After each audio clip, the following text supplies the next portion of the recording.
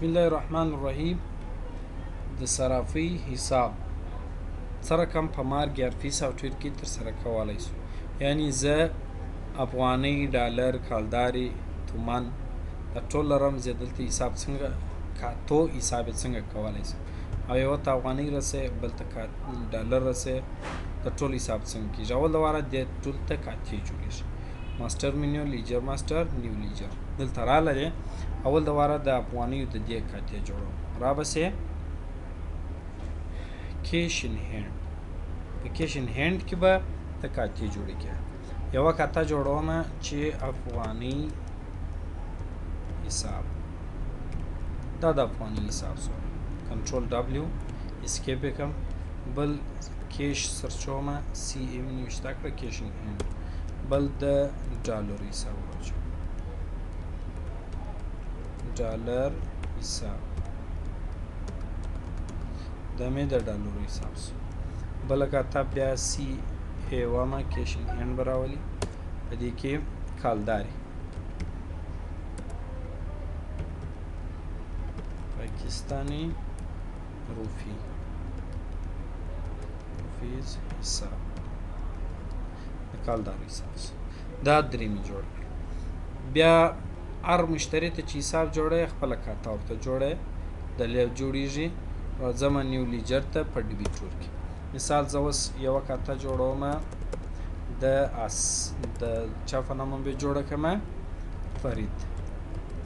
فرید افغاني حساب. صحیح دی؟ ای اف سره نوشته یا فرا افغاني نوشته کوم، افغاني، فرید افغاني. دا باندې اکاونټ ته وراړی، کنټرول ډبلیو اسکیپ.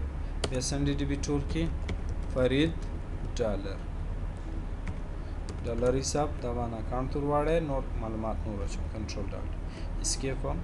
بیا انټر پر سنډي ډیبیټور فرید روفي حساب، پاکستانی روپیز، پاکستانی روپی حساب. کنټرول ډبلیو. دا اوس څنګه کنټرولولی سې وچر انټري ته. مثال ته غواړې افغاني جنې وصول کې، یا ډالر وصول کې، یا کالداري وصول کې، یا غواړې چې وصول یې په ریسیپټ کېږي، یا غواړې چې ورکې په پیمنټ کې. زه ریسیپټ ته راځم، انټر وم. زه به فرید سرچ کړم. فرید چې راولم ګوره دلته فرید افغاني، فرید ډالر، فرید پاکستانی روپی حساب راته شي. زه فرید افغاني دا پیسې جنې وصولوم، جنې اخلم. 40,000 روپۍ مې د فرید څخه واخیستلې. 40,000 روپۍ به سی آر کریډیټ پسې نه د په موږ پسې پاسم. دلته چې راغلی سپیس بټن به وایي. سپیس بټن دا په کوم حساب کې ورسوه؟ په افغاني حساب کې. ځکه چې افغاني دي، د افغاني حساب ته به ترجمه کړي. چر دلته به ورته ورسوې. منه هر شی چې دلته ورته لیکې خط ورته لیکه، ریسیوډ فرام فرید افغاني، افغاني چې وصول کړه. بیا انټر وایه. فرید بل واري چې شي راوړلی، فرید ډالر یې راوړی. فرید ډالر دا کاته به انتخاب کې. مثال 4,000 ډالر دا جنې وصولوم، جنې اخلم. انټر دلته ودرېدې، سپیس به ووایه. دا د ډالرو په حساب کې ورسوه. انټر ته به ډالرو په حساب کې ورسوه. انټر دلته ورته وایه چې ریسیوډ، خط ورته لیکې حساب، ریسیوډ فرام فرید ډالر، دا ډالر. بل مثلا پاکستانی روپۍ را بیا دا کاته انتخاب. ټول د په کم ځای کومه دغه انټري کې، ځکه چې دا ټول وصولي ده، پیسې زه جنې اخلم، نو ریسیپټ کې کېږي. مزه کاته یې سرچ کړه، ډالر حساب موصول کې پاکستانی روپۍ، فرید څخه پاکستانی روپۍ. انټر څو سال 15 لکه کالداري مې جنې وصول کړل. انټر د سپیس ووایه، دا پاکستانی روپۍ حساب ته جمع کړي. انټر دا اپشنونه بندېږي. ریسیوډ فرام فرید چشتې روپۍ، روپیز. دا اوس چې بیا کله ته غواړې پیسې ورته ورکړې، هغه به بیا وچر انټري پیمنټ ته به راسي.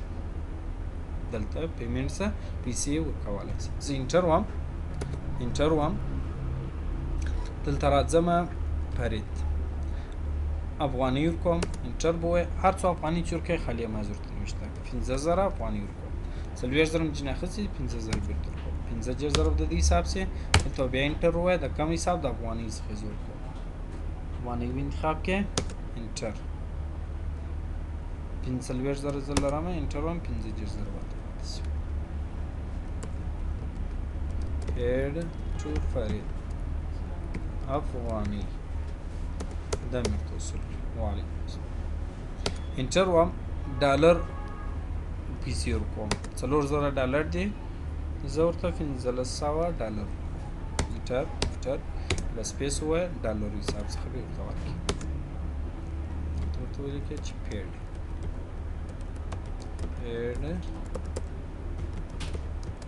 to فرید ډالر دا چې د هر چا کاته یا فیصد جنې اخلي یا ورکوي ټول په همدا شکل سره ته کولی شي اوس چې دا حسابونه یې ګورې بوکس لیډجر ته به راسې هر حساب چې ګورې فرید مې سرچ کوي د افغاني حساب یې ګورې د ډالرو دی ګورې که د روپۍ دی ګورې زه د افغاني حساب انټر انټر ووایه دلته پاتې شي ګوره دلته راته وایي چې ریسیپټ دا وصولي سوی ده 40000 د ده څخه افغانۍ 15000 افغانۍ بیا بیرته ورکول سوي دي پیمنټ سوی دی نو 15000 افغانۍ د ده په موږ پسې اوس پاته سوی که نور وصولي بیا هغه همداسې ډالرو ته راسئ ډالر حساب انټر انټر دلته وګوره ریسیپټ سوی دی یعنی د موږ ته پیسې راکړي دي 4000 ډالر نو 1500 ډالر بیرته موږ ورکړي دي 2500 ډالر د ده په موږ پسې پاته دي نو په دا ترتیب سره کولی شي افغاني ډالر کلدارو